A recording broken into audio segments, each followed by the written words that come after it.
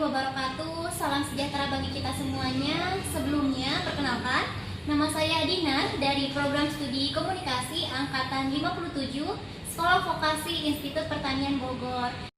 Ini saya akan melakukan wawancara dengan Kepala Seksi Bidang Kebudayaan Kabupaten Karawang, Ibu Neni Martini, SS. Sore Ibu, terima kasih atas waktunya. Saya akan menanyakan sedikit mengenai kebudayaan. Sebelumnya, saya akan menanyakan terlebih dahulu, bagaimana awal mula Ibu memiliki keinginan untuk bekerja di bidang kebudayaan? Karena seperti kita tahu, bahwa sektor kebudayaan itu sendiri kurang diminati oleh masyarakat pada umumnya. Selamat sore, senang sekali dapat berjumpa pada sore hari ini. Kalau berbicara mengenai kebudayaan, sebenarnya kalau dikatakan orang tidak menyukai kebudayaan secara umum, ya tidak juga, karena kebudayaan kan melingkupi seluruh aspek kehidupan manusia. Ada berbagai unsur di dalamnya, termasuk religi yang kita jalankan sehari-hari. Nah, kalau saya sendiri sebenarnya memiliki ketertarikan untuk mempelajari dan melestarikan, juga mengembangkan. Makanya ketika bertugas di bidang kebudayaan Dinas Pariwisata dan Kebudayaan Kabupaten Karawang, ya saya senang sekali gitu, dan memang sesuai dengan latar belakang pendidikan saya yang tadinya di Fakultas Ilmu Budaya, seperti itu. Oke, jadi kita harus bisa mengikuti minat dan keinginan sendiri untuk bekerja dalam suatu bidang tertentu. Ya Bu, ke pertanyaan kedua, atas kasus pandemi COVID-19 yang terjadi, setiap sektor industri terkena dampak. Salah satunya yang paling terkena dampak adalah sektor kebudayaan. Ibu sendiri sebagai kasih kebudayaan, bagaimana upaya dan strategi yang Ibu lakukan untuk memperbaiki perekonomian dalam sektor budaya? Ya, baiklah. Memang pandemi COVID-19 ini sangat mengganggu ya di sektor kebudayaan juga, karena kita juga dibatasi dalam kesenian misalnya. Kita untuk menghasilkan suatu karya, berekspresi, melakukan pertunjukan kan sudah tidak bisa lagi.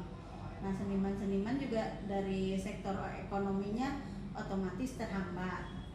Sebagai bagian dari pemerintah kan tentu harus menyodorkan sebuah solusi, walaupun kita sampai saat ini terus terang aja tidak bisa berbuat banyak, karena pertama kita baru melakukan pendataan seniman yang terdampak, dan itu diajukan untuk mendapatkan bantuan. Ini masih berproses ya, karena bantuannya kan ada yang dari pusat, dari kementerian, terus ada yang dari provinsi, dan ada juga yang dari pemerintah kabupaten. Nah, ini bertahap, dan data pun harus selalu kita update, karena mungkin awal-awal pandemi yang terdampak ada berapa, terus berikutnya bertambah lagi, seperti itu. Terus ketika sekarang ada new normal ya, tatanan baru, ada hal-hal yang harus disesuaikan. Memang ketika kita sudah diperbolehkan beraktivitas, tapi tetap standar protokol kesehatan itu tidak bisa ditinggalkan. Jadi kita harus memperhatikan 3M ya, memakai masker, menjaga jarak, dan mencuci tangan. Itu selalu diingatkan terhadap seniman-seniman yang sekarang sudah mulai pentas. Nah, di Karawang sendiri kemarin kan masuk zona merah, jadi ada pembatasan aktivitas masyarakat itu sampai jam 9 malam. Nah, ini juga harus dipatuhi, jangan sampai ada aktivitas kesenian, aktivitas kebudayaan melebihi jam 9 malam itu. Ya, kita juga melakukan ini kan untuk menjaga-jaga agar kita tidak terdampak. Udah masuk secara ekonomi terdampak, kita sakit pula, kan repot ya. Terus pemerintah juga di samping mendata, memberikan bantuan, sekarang udah memberikan kesempatan untuk berkreasi lagi, terus mendorong untuk seniman itu berkarya di secara virtual.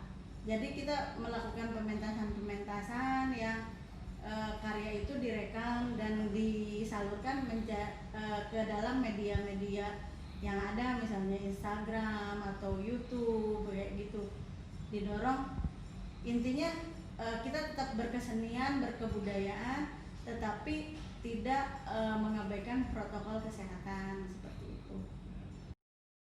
Ternyata pemerintah juga sudah melakukan berbagai upaya untuk menangani COVID-19 ini, walaupun dampak ekonomi masih kita rasakan saat ini. Pertanyaan selanjutnya, bagaimana pendapat Ibu mengenai anak milenial saat ini yang berpikir bahwa kebudayaan kita itu norak dan ketinggalan zaman? Anak milenial ya, sebenarnya ketika generasi muda kita berpikir bahwa kebudayaan kita norak dan ketinggalan zaman, dia belum mempelajarinya secara utuh. Kebudayaan kita itu seperti apa? Mungkin dia baru mengetahui justru kebudayaan luar terlebih dahulu, tapi kebudayaannya sendiri dia lupakan. Saya melihat kalau generasi muda yang telah mempelajari kebudayaan tradisional kita itu malah makin mencintai dan terus menggali. Contohnya banyak generasi muda di Parbud itu ada yang masuk ke sanggar belajar tari tradisional. Terus ada juga tadi saya menghadiri kegiatan putra putri batik Karawang. Mereka generasi muda tapi mencintai seni batik Karawang ya terutama. Banyak itu anggotanya dan mereka juga mengadakan kegiatan-kegiatan mengenai seni dan budaya. Terus banyak lagi juga yang lainnya, ada yang belajar karawitan kayak gitu. Itu dari generasi muda cukup banyak. Tapi memang kalau generasi muda yang sama sekali belum mengenal, mungkin benar ada yang berpikir kebudayaan kita norak dan ketinggalan zaman.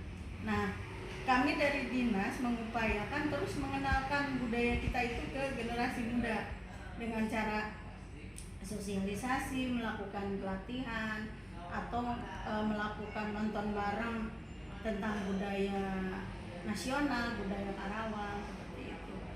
Pokoknya kita terus melakukan kegiatan-kegiatan untuk mengenalkan budaya kita yang kita miliki agar ya kita tidak kehilangan identitas sebagai suatu bangsa. Karena kalau kebudayaannya ditinggalkan, identitas bangsanya hilang, ya kita kan nanti tidak punya identitas. Itu tidak bagus juga. Jadi benar ya Bu, istilah dari tak kenal maka tak sayang. Jadi kita harus bisa mengenalkan terlebih dahulu budaya tersebut agar anak milenial juga mencintai budaya kita sendiri. Ya, betul sekali. Oke, pertanyaan selanjutnya, apa harapan Ibu untuk generasi milenial saat ini terhadap kebudayaan kita agar kebudayaan kita terus hidup berdampingan dengan era modernisasi saat ini? Harapan saya ya generasi muda kita mau mengenali budayanya sendiri. Walaupun dia mengenal budaya luar, sekarang kan nggak mungkin juga kita tidak mengenal budaya luar karena kan eranya udah era globalisasi. Tapi kita harus bisa menyaring mana kebudayaan yang cocok untuk diri kita. Kalaupun ada budaya luar itu bisa dikolaborasikan dengan kebudayaan yang kita miliki, tetapi yang diambil nilai-nilai positifnya, bukan hal-hal yang negatifnya. Jadi harapan saya generasi milenial itu bisa lebih pintar menyaring dan menggunakan pengetahuan yang dia miliki untuk lebih mengembangkan dan memperkuat kebudayaan Indonesia. Seperti itu. Oke, pertanyaan terakhir, ciri khas dari kebudayaan Kota Karawang itu sendiri kan goyang Karawang. Nah, Ya. selain ciri khas tersebut ada nggak Bu yang lain? Memang Karawang itu terkenal dengan kata goyang Karawang ya.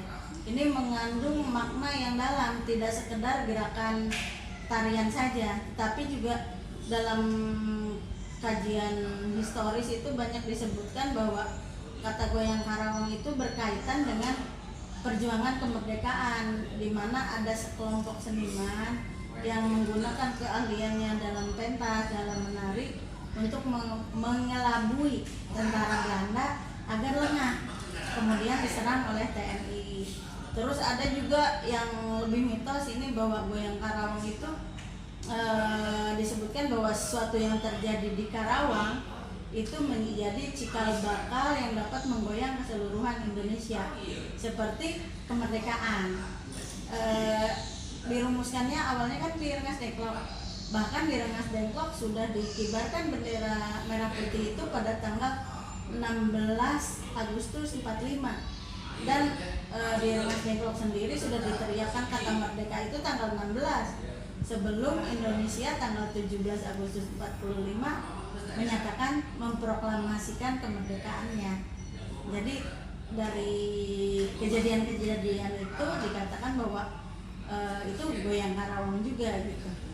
Kalau untuk identitas lainnya mungkin kita juga masih mencari ikon yang pas ya untuk Karawang, karena sekarang kenyataannya di Karawang itu udah majemuk, udah berbagai macam suku ada di Karawang, dan kebudayaan juga udah berkembang jadi heterogen. Kita salah satunya yang sedang diangkat itu Batik Karawang. Ini berkaitan juga dengan penetapan batik sebagai salah satu warisan budaya dunia ya. Jadi Karawang juga sedang memunculkan ikon Batik Karawang. Beberapa batik misalnya ada Sri Dwipa itu sedang gencar untuk dikenalkan ke masyarakat. Ya ke depan mungkin bisa menjadi ikon khas Karawang. Dan beberapa makanan juga banyak yang khas Karawang, cuman ya masih perlu penguatan lagi untuk lebih dikenal oleh masyarakat secara luas, bukan hanya di Karawang tetapi juga secara nasional, seperti itu. Mungkin pertanyaannya sudah selesai ya? Iya, sudah. Ya terima kasih atas bincang-bincang kita hari ini. Semoga sedikit yang saya sampaikan tadi bisa menambah wawasan untuk generasi muda. Amin. Terima kasih juga Ibu atas waktunya. Mohon maaf bila ada kesalahan. Ya.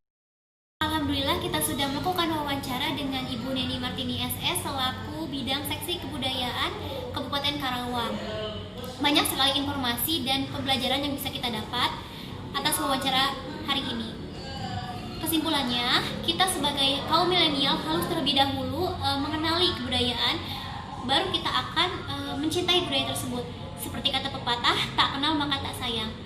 Dan sudah sebagai kewajiban kita sebagai kaum milenial untuk bisa melestarikan budaya kita sendiri. Melestarikan kebudayaan bukan bagaimana dengan cara kita melakukan hal yang sama, namun bagaimana kita bisa memanfaatkan teknologi saat ini untuk bisa melestarikan kebudayaan agar bisa hidup berdampingan dengan era modernisasi saat ini. Hanya itu yang bisa saya sampaikan. Kurang lebihnya mohon maaf.